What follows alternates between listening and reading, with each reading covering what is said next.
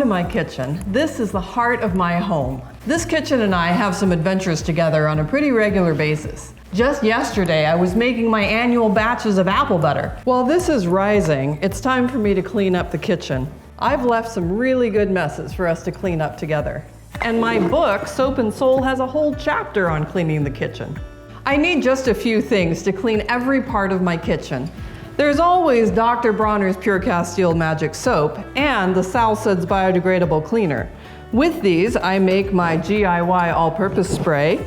There's some vinegar, glass cleaner, scouring powder, a bit of hydrogen peroxide, even salt and lemons. And we need some good tools, stiff brushes, absorbent cloths, and my plastic scraper. Let's start with the DIY all-purpose spray. This is made with 2 tablespoons of the Pure-Castile Magic Soap or a half tablespoon of Suds in 2 cups of water. I use this on all sorts of surfaces with a damp cloth. Wipe loose debris off the counter first. Whether your counter is tile, stone, or engineered, spray it down with the all-purpose spray and wipe it with a damp cloth. Especially if your countertop is stone, you don't want to use vinegar because the acidity can cause pitting or dullness over time. For the best finish, polish with a dry cloth. This spray is also my go-to for painted or stained cabinetry, backsplashes, and other surfaces. This is also my go-to for stainless steel appliances. Spray and wipe in the direction of the grain. Dry well, again in the direction of the grain. I DIY my glass cleaner with a mixture of half distilled white vinegar and water or undiluted club soda, and I spray and wipe with an absorbent lint-free cloth. Use this on windows and glass oven doors. When it comes to cooked-on splatters on my stovetop, I left the mess from my apple butter making so we could clean it up together. My beloved Aunt Jean taught me how to make the apple butter, but didn't teach me how to clean up after it. Heat and time are my friend here. I'm gonna lay these cloths over the mess and then pour hot water from my kettle on it and let it sit. While the stovetop is soaking, I'm gonna give these grates a scrub in the sink with Suds. Now the grime is loosened and I'm gonna wipe off what I can. For any remaining spots, I'm gonna use this plastic scraper. Follow up with the all-purpose spray and wipe with a damp cloth. Before putting the grates back on, dry the surface for the best finish. Oven splatters can be even more stubborn, and I've got 2 ovens. First, I use a vacuum to remove any debris. One way to clean an oven is with the oven's self-clean feature, and while this doesn't use any chemicals, it does use a lot of energy, heating to over 600 degrees, and can produce smokiness. One great smelling way to tackle a messy oven is with lemons. Now here in sunny SoCal, I have abundant lemons, but if you don't have ready access to lemons, you can also use vinegar. What we're after here is the acidity.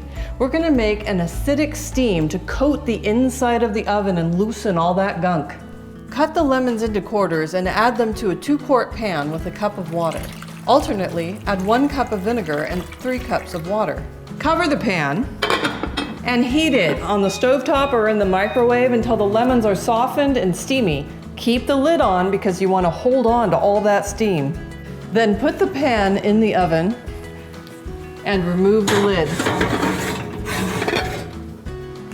Close the oven, but don't turn it on because some ovens are vented and that would vent out all that lovely acidic steam.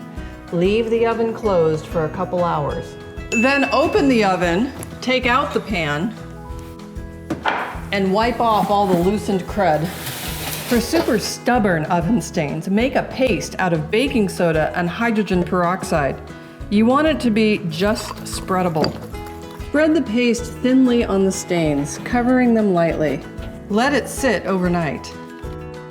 I got the bottom oven started last night. Now that this is dry, I'm going to scrape it off gently with a plastic scraper. Then spray it down with the all-purpose spray and wipe it out. Another use for lemons is cleaning the microwave. Cut them in quarters and place them in the microwave. Once again, vinegar is a great substitute, or even plain water will work. Set the microwave for 2 minutes. Now that the 2 minutes is up, leave the microwave closed for 5 minutes. Now that the 5 minutes is up, we're gonna open it up and wipe out all the loosened gunk. Now we're gonna take these same lemons and clean the garbage disposal. The acid cuts through grease and the rind wipes the blades. If you don't have a lemon, freeze vinegar in an ice cube tray and grind that up instead. This last step is very important. Scour your sink. Give it a spray with the all-purpose spray and then sprinkle with scouring powder. What is the scouring powder? It's baking soda. Scrub the sink with a good brush and don't forget to brush under the sink flange, which can harbor a lot of grime and odor. Then rinse well.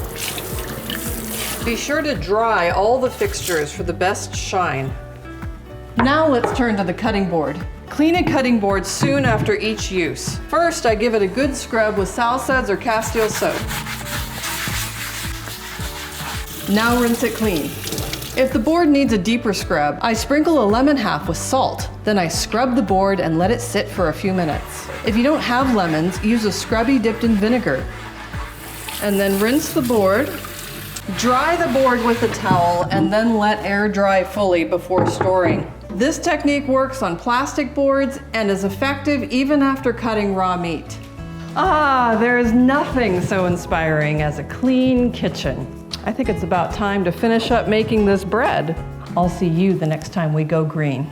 If you enjoy this type of content and want more tips for living a simpler and greener life, then like and subscribe to my YouTube channel, follow me on Facebook, check out my blog, Going Green with Lisa Bronner, and read my book, Soap and Soul.